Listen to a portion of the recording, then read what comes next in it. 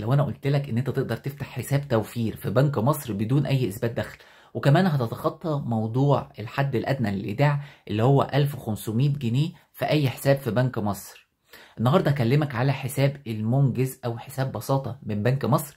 شروط فتح الحساب ده ان انت يكون عمرك معدي ال 21 سنة، يكون معاك بطاقة رقم قومي سارية ما فيهاش اي كسور او خدش، ويكون معاك ايصال مرافق حديث وصل ميه او نور او كهرباء في اخر 3 شهور، يعني يثبت العنوان بتاعك. وهو 100 جنيه بس ايداع هو اللي هتحطهم، لان الحد الادنى للايداع في الحساب ده هو 100 جنيه. مميزات بقى الحساب ده خطيرة جدا. انت الحساب ده هيعفيك من مصاريف الدورية بتاعة بنك مصر اللي هي كل 3 شهور اللي هي 55 جنيه لمدة اول سنة.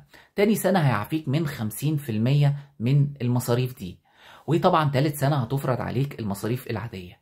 وفي نفس الموضوع برضو أول سنة هيعفيك من مصاريف إصدار بطاقة الخصم المباشر الخاصة بالحساب، وتاني سنة هيعفيك من 50% من مصاريف البطاقة دي، وتالت سنة هتفرض عليك الرسوم العادية.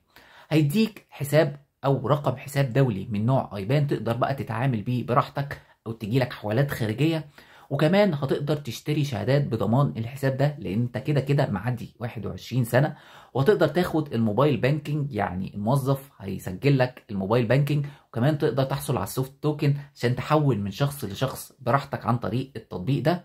وكمان هيتيح لك ان انت تقدر تعمل بيه اي معاملة كأنه حساب عادي خالص او حساب توفير عادي. هو عيبه الوحيد لو انت ربنا مسهلها معاك ورصيدك اعلى من 200,000 مش هينفع، لان الحساب ده الحد الاقصى بتاعه هو 200,000 جنيه. هتلاقوني سايب لكم كل تفاصيل الحساب ده في مقالة في وصف الفيديو.